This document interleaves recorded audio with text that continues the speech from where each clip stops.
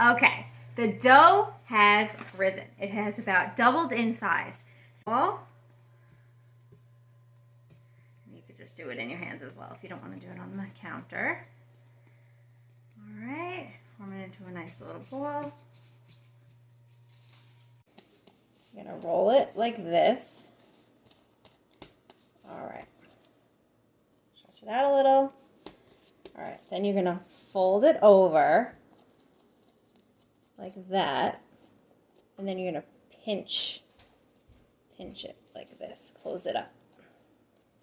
All right, now you got that. Okay, pinch.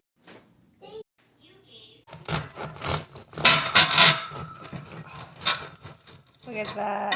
See how crispy that is?